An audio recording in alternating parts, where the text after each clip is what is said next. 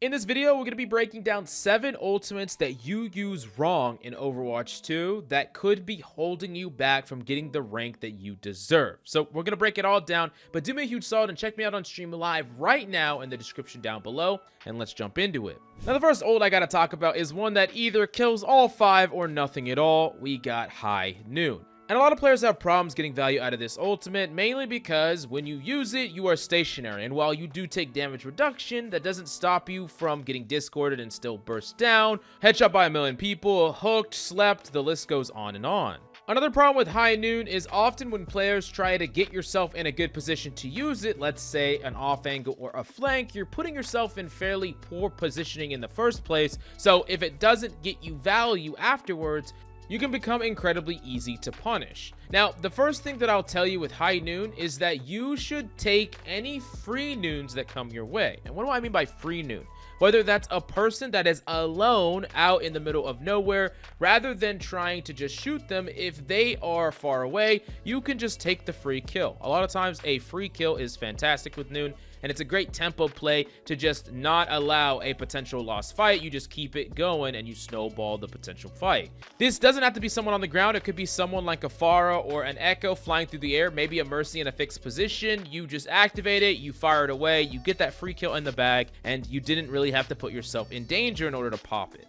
Of course, you can always just use it and cancel it to reload. That's pretty low value, but sometimes in a pinch, especially if you know that the High Noon's not going to get anybody, or you could potentially die while using it, it's better to just cancel it and just not get too greedy. And last up, we do got to talk about using it to potentially zone. Now, this one's a little bit risky because zoning is only worth value if you're about to cap a key objective, or if you're denying the enemy an objective as you are about to permacap. You don't want to trade it for like 2 or 3 seconds. You ideally want to use it to apply pressure so that opponents can't get into the position they want to when contesting, and if they end up being able to contest, it's either putting themselves into the High Noon where you could kill them, or they have to do it so rushed that they actually get just killed because of poor positioning because of the High Noon. This type of play works better if you have something to keep the Cassidy alive when he does it, just so they don't turn around the corner and throw CC at him. So like a shield or maybe a DM or something along those lines.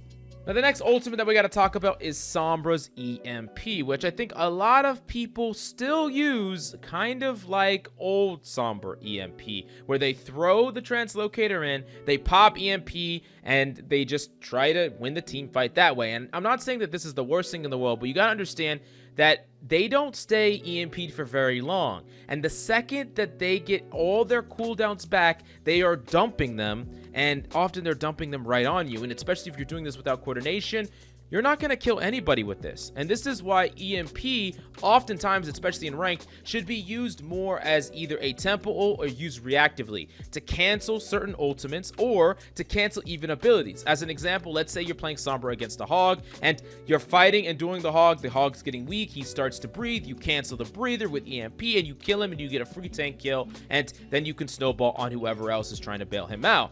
The idea here is that you're not putting EMP on this giant pedestal that we see with previous EMP in Overwatch 1, where it was like one of the only reasons or the best reason to play the character.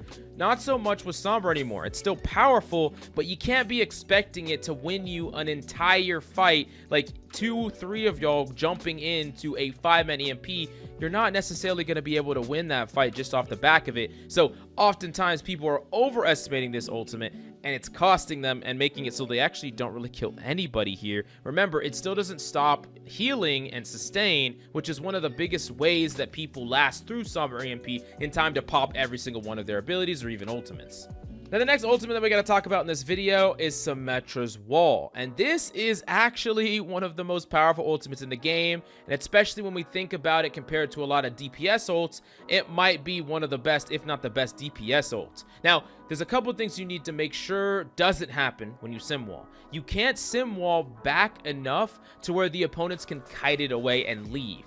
This is a really common thing where players will put the sim wall between them and the enemy, which is not what you want to do. You literally want to cut it through so that opponents have to play on either side of it through the objective. so you and your team can still push towards them while jiggling on the left and the right side of your wall. In addition to that, you want to lay turrets along the wall so that as enemies try to travel through it, they get shocked and slowed by the turrets, thus making it a lot easier for you to duel them. The idea here is that it's making it really uncomfortable for them to take and maintain space, while at the same time empowering you and your plays. And all in all, you're going to be able to win a lot of team fights with this. I think this has one of the highest potential team fight conversions to wins if you use it correctly. So don't sleep on this wall, and don't forget that you can still combine some TP bombing around your wall that not only can deal damage, but it's pretty hard to deal with. If you put it on the other side of the wall, then opponents have to cross. If they cross to try to destroy it, it just becomes a really big hassle to potentially live through. Now, the next ultimate that we got to talk about is Transcendence. Now, a lot of players want to get the God Transcendence. They wait for the blades, they wait for the grabs, they wait for the fluxes, and they try to get trance off. And while this can be a legitimately good strategy, the problem is there's a lot of times where there's not a easy trance. Like, there's no trance that you can see that makes a lot of sense. When there's these set ultimates, sure, they make sense, but that's not always the case. Plus, as a Zen, you could be positioned really far back, and someone up front is getting bladed. There's no way you're gonna make it there in time. And trance is interesting because, unlike beat, it does remove you from the fight. So that means that you are not often going to be able to use it aggressively in the same way as beat. So I think, once again, this is an ability or an ultimate that you gotta remove from a pedestal. Sometimes, especially if you're up against, like, let's say a ball double sniper composition, there's gonna be nothing to really trance. I mean, you can trance mines, but most of the time that's not gonna do very much unless the people that are being mined are standing right next to you. Like I said, is not the case. So you're just using it for your own life. And especially if you already lost the fight or it doesn't make sense, you can use trance just to keep yourself alive. Like, if you go for, let's say, an off-angle play, an aggressive play that actually puts pressure on the enemy snipers, hypothetically, that play could be really impactful. But if you get scouted out by the enemy ball and dove on without peel, you might die, but trance can bail you out. So all I'm saying is, use this ultimate just to keep you alive most of the time, and don't try to make it or use it for always this highest potential value, because a lot of times a Zen will be holding his ultimate and he'll just hold it all game, never finding a great situation to use it, popping trance when the fight is lost, or popping trance trying to get to someone that dies anyways, or in a pivotal fight the enemy just forces it out of you and then ults anyways, or kills you and you never get to use it. So yeah, trance is a great ultimate, yes, but not as important to get the max value with it all the time. Don't think you're wasting it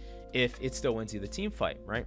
Next up, we do got to talk about Dragon Strike. And Dragon Strike, I think, is an ultimate that people sleep on, and it really is because players just don't use it correctly. Dragon Strike should not be used, especially when your team are all in spawn or when your team are not pushing the enemy team. The idea behind Dragon Strike is that the pressure that you use with the Dragon Strike, or the pressure that you create with the Dragon Strike, can be followed up from your team. So the idea here is that you use it as the team fight is happening. And this is very similar to like a Bastion ultimate. A lot of times people will pop Bastion ultimate pre-fight, which you should wait till the fight starts, because these ultimates apply damage and apply pressure, force positional mistakes and movement. And that matters when the team fight is actually happening. It doesn't matter when the team fight is not, because they can just use their cooldowns to keep themselves alive, move away, reset, and it's like it didn't even happen. Another thing that you should think about with Dragon Strike is that it can literally just kill someone, especially if you get information with your Sonic Arrow, you see them through the wall or something. Don't be afraid to just use this to secure that free kill. Oftentimes, and you'll see this as a common theme I keep repeating with all these ultimates, people want to go for the Hail Mary, the high kill, super high impact, and in the seeking of getting 3-man Dragon Strikes or 5-man High Noons or killing everyone on the enemy team with EMP, all of this, in the pursuit of all this, is what's creating all these ultimates that do nothing, that get nothing, that generate 0 value. Why not instead vie for consistent value, consistent 1 kill, every single time you use it, because you got to understand that winning and having a consistent win rate over time has more to do with your floor of value than it does your ceiling of value. And this is a really important takeaway that I'll talk about more in a different video. Smash the like, subscribe so you don't miss out on that. Next off, we do got to talk about Duplicate Echo's ultimate, another ultimate that people just think is weak. A lot of players I've talked to said that they think Duplicate is a very, very weak ultimate, when it's really one of the strongest ultimates in the game. But one of the problems that can happen is you copy something and then you die immediately, or before you get your ultimate, you die immediately. And this is the problem, is when you copy a target, you need to think about immediate value. What is the immediate value that you can receive when you copy with Echo Ultimate? And that typically is in the form of cooldowns, not ultimates. A lot of players want to copy that Genji, try to get that blade. But the problem is, if you don't live on Genji, then you never get the blade, and then your ultimate was useless. So instead, copy a character that gets immediate value the second you turn into them. So look for powerful utility. Even supports, characters like Ana with Nade, Kiriko with Suzu, or if we think about a tank like D.Va that has DM that you can use right off the bat to mitigate damage. The idea here is that you're looking for a cooldown or something that you can use the second you turn that will guarantee get value right off the bat, and you're gonna have way more successful Echo ults. Once again, it's not about the ceiling of ults. People want to go for that copy Genji, get a 5-man blade ceiling, and in seeking that, they will waste 10, 20, 30 Echo ults just seeking that high. But if instead you get consistent value, 1 to 2 kills with every ultimate, and your floor is higher, that's how you climb. And this is true for every single one of these ultimates. Speaking of which, let's talk about the last ultimate, which is D.Va Bomb. Once again, players want to get that 5-man D.Va Bomb, 4-5-man D.Va Bomb.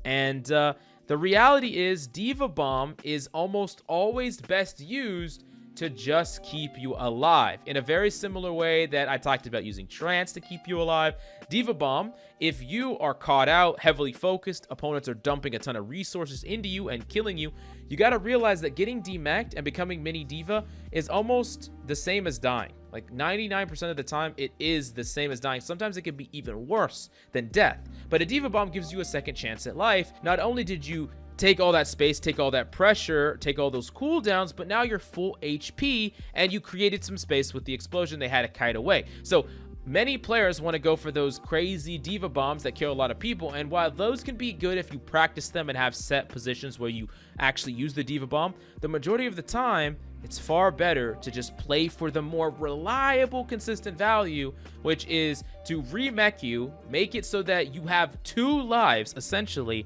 and be the super efficient low death D.Va that is super impactful instead. So I think that there's a lot of similarities between many of the mistakes that are made on these ultimates, and you're going to see a lot of overlap, and that's good because that's really the secret. And surprise, surprise, it's very similar with abilities, but we'll talk about that in another video. Thank you so much for coming by. Hope you enjoyed the video. Check out my stream in the links down below, and I'll see you next time.